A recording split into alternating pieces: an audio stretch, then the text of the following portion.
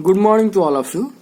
So, in our last class, I have been told that you have to write the so-called notes regarding Fourier integral and Fourier transform. So, somewhat we have to just recall about the formulas which will be required for our fifth semester. Only just a revision or only just to recall and remember the formulas, because it is so big formulas, it will be very difficult to be remember for long time.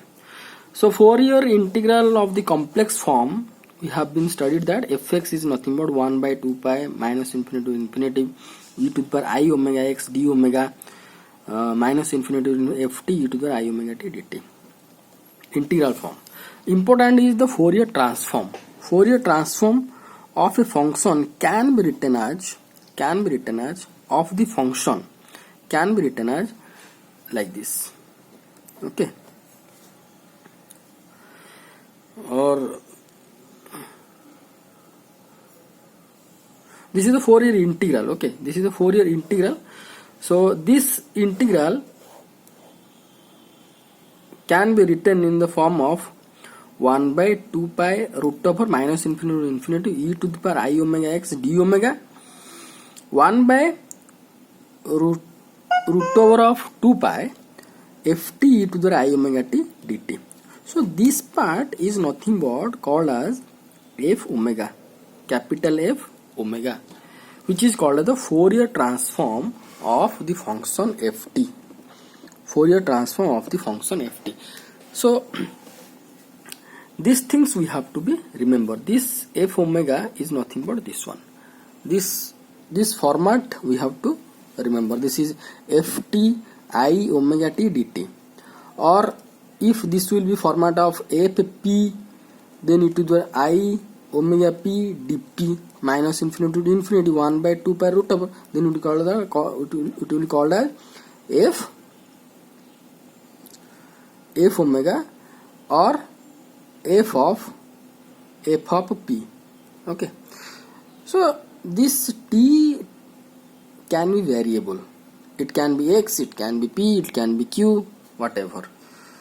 So this format we have to remember that f omega or Fourier transform of a function ft is nothing but 1 by 2 pi root over minus infinity to infinity e to the I omega t.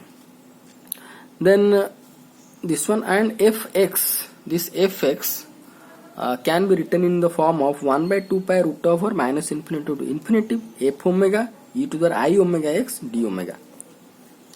So here fx will be called as inverse Fourier transform. Will be called as inverse Fourier transform. Will be called as inverse Fourier transform.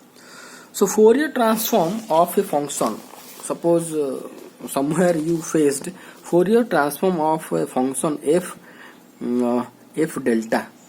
Suppose this symbol f delta, how it will be? That is 1 by 2 pi root over minus infinity to infinity e to the I omega delta into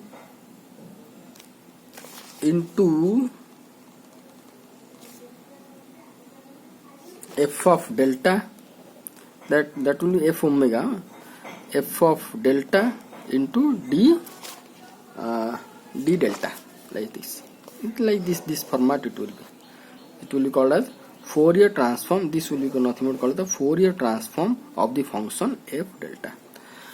Like if we are going to consider Fourier transform of fp will be written as minus infinity to infinity 1 by 2 pi root over e to the power I omega p fp dp. So why I am going to discuss? So whenever we have to study the quantum mechanics, this p or t will be variable whenever we are going to be do some mathematical calculations. So this have to remember, simple things have to be remembered by us. And also here it is one important thing we have to be remember, that is Fourier transform by delta function. Delta function, it is always important. We know that from the properties of delta function, we know that fx delta x dx is nothing but f of 0, or fx delta x minus a dx is equal to f of a. Now Fourier transform of delta t minus a, what we are going to write? That is 1 by 2 pi root over minus infinity to infinity delta t minus a, which will be the so-called ft. Okay, the so-called ft e to the I omega t, delta t minus a e to the I omega t dt. Okay, if I am going to compare this to this, then this to this, then what I am going to find? I am going to find the so-called ft, the so-called fx. Sorry.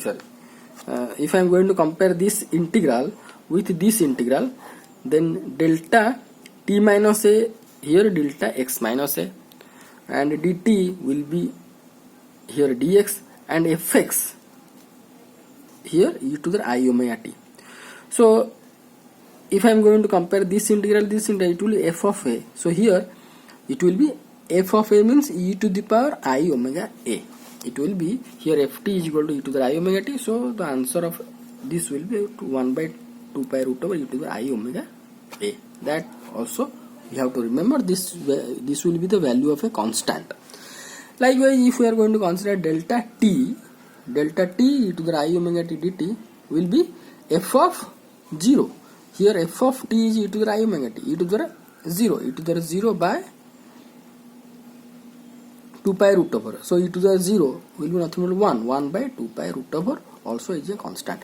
So these two things we have to remember in case of our Fourier transform of a delta function. It will also useful for expressions. These two expressions can be used in our fifth semester. Okay.